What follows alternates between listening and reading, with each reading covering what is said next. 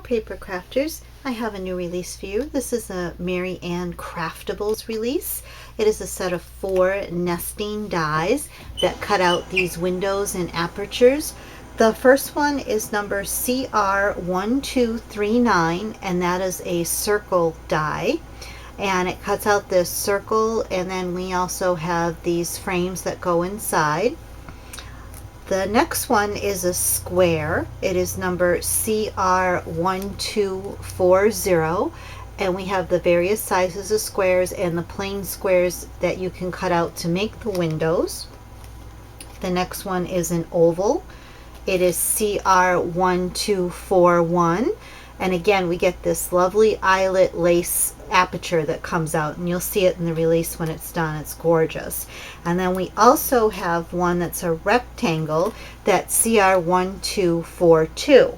So you get the set of 4, and they all make these beautiful die cutouts. You're going to like this release. This release was done by Bonnie Cohane. Hi Bonnie! She did a fabulous job. Here's the first card right here that I'm going to let you look at. I'm going to bring it a little bit closer right here. And in this, she used, as you can see, she used the oval, the CR1241 die. And she first cut out the oval and then cut out the center to give this lace effect. This is one of the ovals in the release that the fairy she cut around that and gave it like a picture frame border or like a brooch. And she said the nice thing about these dies is you can fussy cut them because the insides of the dies are open, so you can place them over an image and get exactly where you want it to cut out. This cream lace strip right here is a cherry lin die. It is number B136, and I have that in stock. And below it is the dancing doily die, that is DL134. I have that in stock as well. And that is it for this card. Oh, and the oval in the center too is from, you can cut out with this release as well. So you can see this beautiful card that Bonnie made using the dies.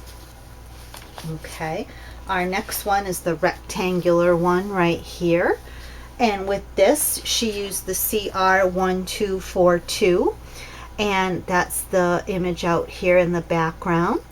And she said she also used the Marianne Craftables LR0246, the ivy in that die, to give this little swag. And you can see here's the other rectangle, the little one. And she even cut out a little center there and got of the polka dot. And then here's the bigger one. And this right here was a release we did from Dynamics die, and it's called Loopy Bloom. And I do still have some of those left for those of you who are looking for it. Beautiful card. I love these little pearls accents too. Just really shows how nice these dies are. I will zoom in a little bit so you can see how nice they cut. There. Let it focus, and you can see right here these edges, how nice they are, and then this little rectangle right there. Okay, then the next one, Bonnie said this card took her a lot of time, and it shows. It really does look like it took a lot of time. It's a very nice card, and I like how it's kind of got the red, white, and blue theme going with it too.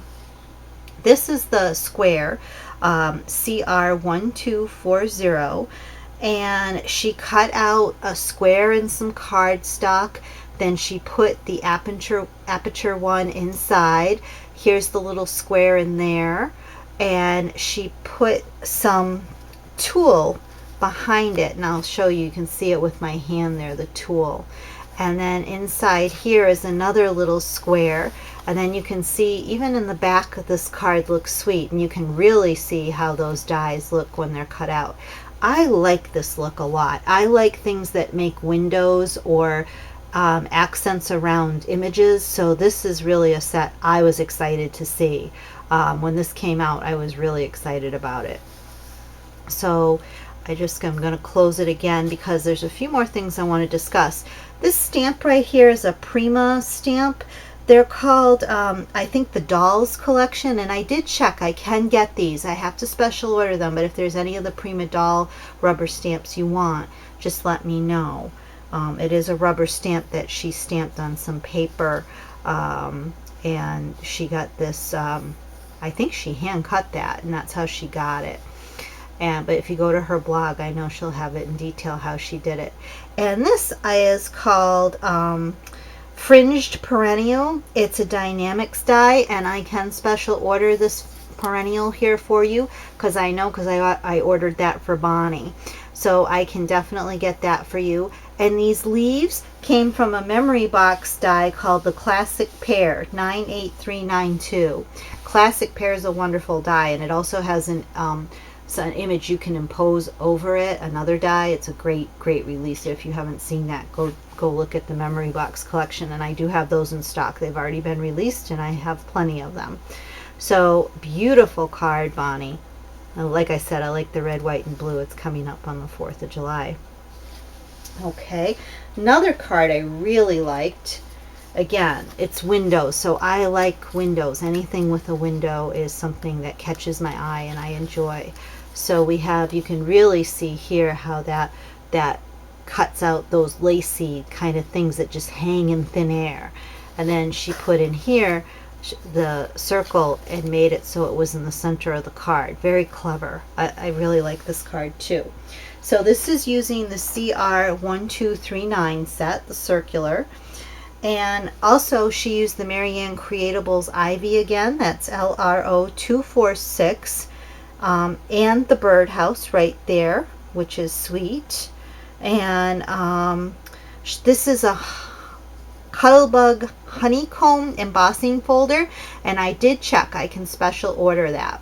So after she cut out the circle and added the dies that go inside, she put some florals around it, the ivy, the birdhouse, a bow, a little bit of green burlap underneath of it, a little sentiment in the circle.